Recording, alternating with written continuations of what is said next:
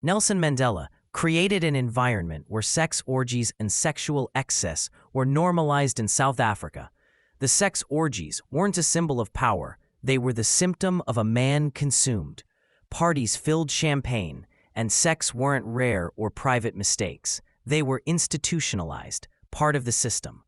But how did this normalization of sex immorality take root in the life of a man once trained in Christian virtue? Nelson Mandela was raised by Christian missionaries. He attended Christian mission schools. He married Evelyn Mace, a deeply devout Christian nurse. He once prayed, once walked humbly, once lived in a moral framework. But all of that collapsed, and it began when Moses Kotane entered his life. The conversion of Mandela, from mission school to Marxist cell. In the mid-1940s, Nelson Mandela was fed communist ideology by Moses Kotane, much like a drug dealer feeding cocaine to a naive teenage girl. This was not accidental. It was targeted ideological seduction. Moses Kotane wasn't just a political man. He was a Soviet-trained operative, schooled in mind control and infiltration tactics at the Lenin School in Moscow. His life had ceased to be personal. Moses Kotane slept, worked, and functioned entirely within the headquarters of the South African Communist Party in Braamfontein. Moses Kotane moved constantly between townships, compounds, and union halls, recruiting, indoctrinating, testing loyalty, and embedding communist cells within the black working class. He wasn't running a party. He was executing a spiritual conversion away from faith and toward fire. Then he met Nelson Mandela. Captured by the cause, the image of Moses Kotane sleeping in the Communist Party office is symbolic. It represents a man possessed by a mission, operating entirely from the shadows. And that explains how Nelson Mandela, leader of the ANC Youth League, got captured, not by accident, but through methodical psychological programming, the techniques of mind control. Few today remember that the ANC was founded by Christians in a church, founded by Walter Rubusana, a congregational minister, Sefako Magatho, a Methodist lay preacher, John Dubé, a pastor, Sol Plaatje, another committed Christian and preacher. The ANC of the 1910s, 1920s, and 1930s was a Christian-led moral liberation movement. The Communist Party, by contrast, was atheist radical. But Moses Kotane had vision. As I already said, let me say it again for emphasis, so that you see what happened, how Nelson Mandela was captured. Moses Kotane not only was a full-time Marxist operative, he was sleeping there in the SACP offices. He was 24 hours, 7-day Secretary General of the Communist Party, even sleeping at the party offices.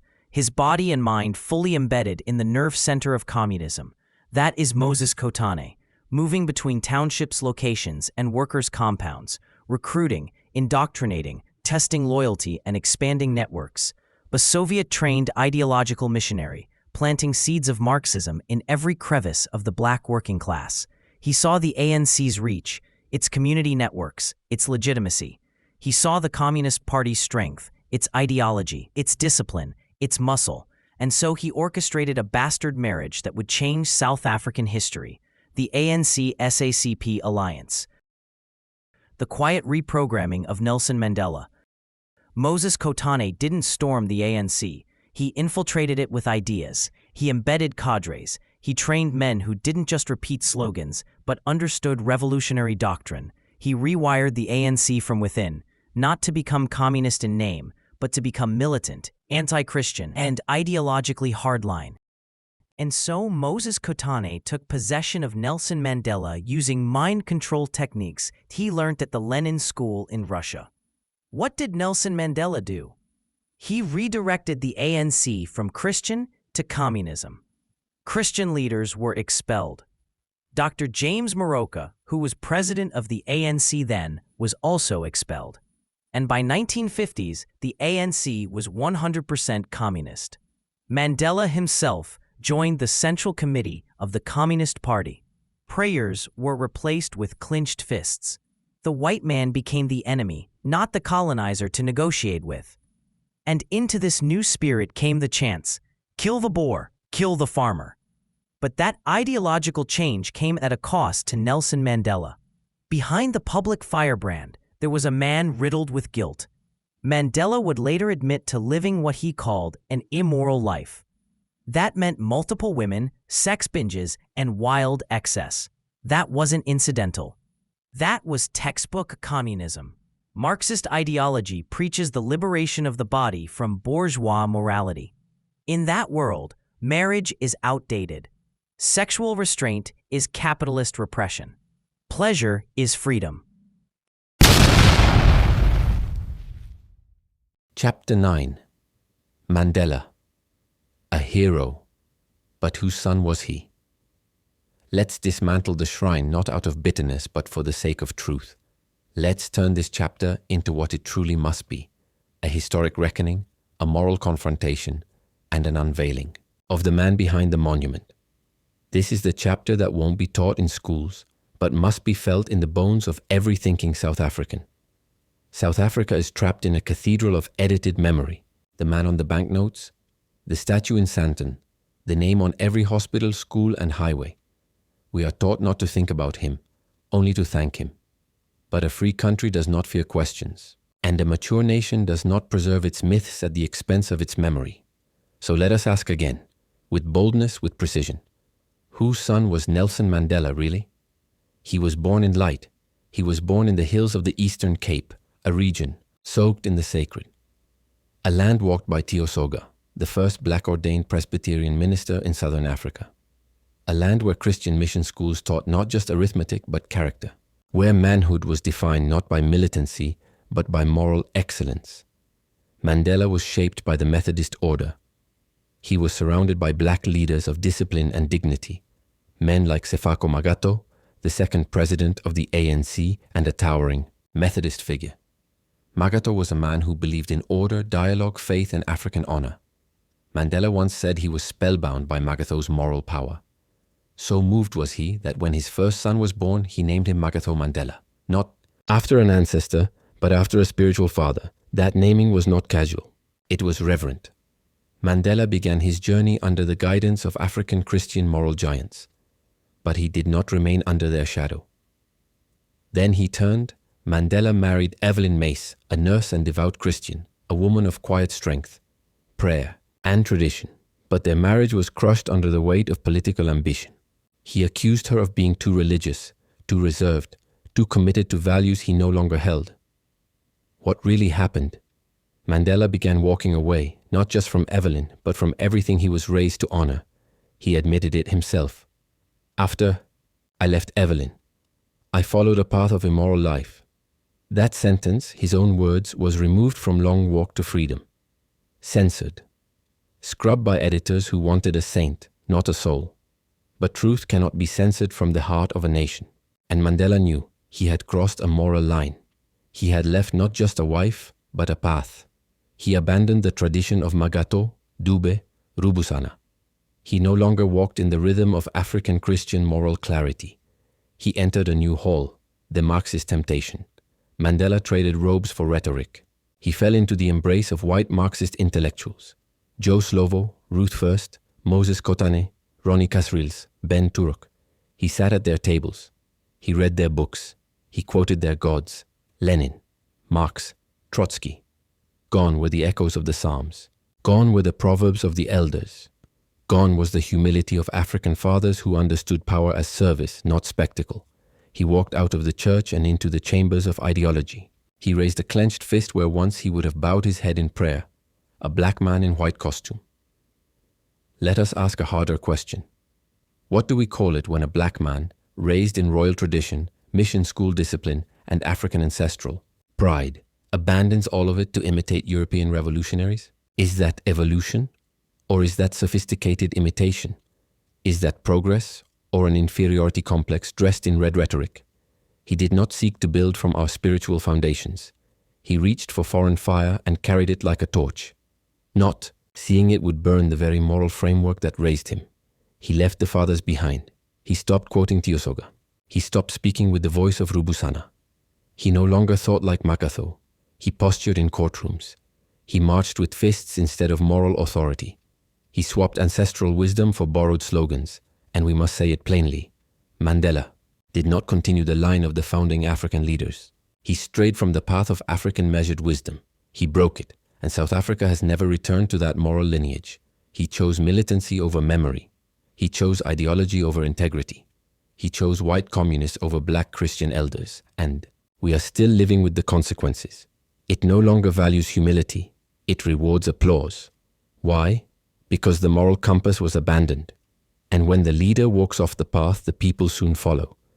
This chapter is not written in bitterness. It is written in love of truth. And we must ask, what would South Africa have looked like if Mandela had remained faithful to the path of Sefako Makato? What if he had led not with foreign fire, deeply rooted in spirituality, not a communist god? These are not accusations, they are inquiries. Communism has got nothing in common with African values of growth and patience. Communism seeks to destroy what is there. African values and traditions are predisposed in the natural order of things that change by evolution, steeped in spirituality. Everyone knows that communism is a godless monstrosity. African values respect and nurture the idea of a family. Communism sees the family as the enemy, for it seeks control of the people. To have a family and parents in control of their children is against communism. Communism wants to control and support those children, give them social grants. African values appreciates the spirit of enterprise and individual creativity. Communism is about equality and collectivization. So Nelson Mandela abandoned African Christian values and got baptized into the religion of godless communism. That is what it is. He literally and openly denounced African Christian values and, according to his words, went on a path of an immoral life. This is what he said himself. He divorced his wife Evelyn because she was a Christian. That is exactly what Mandela says in his Long Walk to Freedom book. The ANC was founded by men and women of Christian faith. There was no communism in the midst of the ANC. The ANC was founded in 1912 in Bloemfontein by Christians. The event opened up with prayer, not a mandla. They were gospel songs in the midst of the speeches. The atmosphere was of calm, wisdom, and prayer, not fiery rhetoric. And that continued for 3 decades until that Nelson Mandela appeared and crushed this spirit. Drunk with the fiery communist spirit was destruction, Nelson Mandela set himself diametrically opposed to those who built the ANC, those who came ahead of him. He became a pupil and student of communists like Joe Slovo and was like a puppet used by these communists to enter into the realm of Africans' worldview and tear down African values and replaced with communism. And that is where we are now. That is where South Africa is now, ruled and governed by communist ANC. Let me repeat, communism has absolutely nothing in common with the core of African values, where African tradition teaches growth, patience, respect for the spiritual order, and evolution through wisdom. Communism charges in like a wrecking ball. Its very essence is destruction. Communism does not build, it dismantles. It does not nurture, it seizes and controls. African values are rooted in spiritual consciousness. They honor family. They uphold the dignity and sacred role of parents, elders, and community. In contrast, communism views the family as an obstacle to the control it seeks. It aims to control the soul of the youth, reshape them through ideological manipulation, and erase the inherited wisdom of their traditions from family. Let it be known, Nelson Mandela turned his back on African Christian values. He did not walk the path of our forefathers. He denounced the morality of his Christian upbringing and publicly confessed to adopting what he called an immoral life. These are his own words in Long Walk to Freedom. He left his wife Evelyn because she was a devout Christian. That is a fact. That is his words, and that is the path he chose. The ANC was not born of Marxist fire. It was born of Christian faith and African dignity.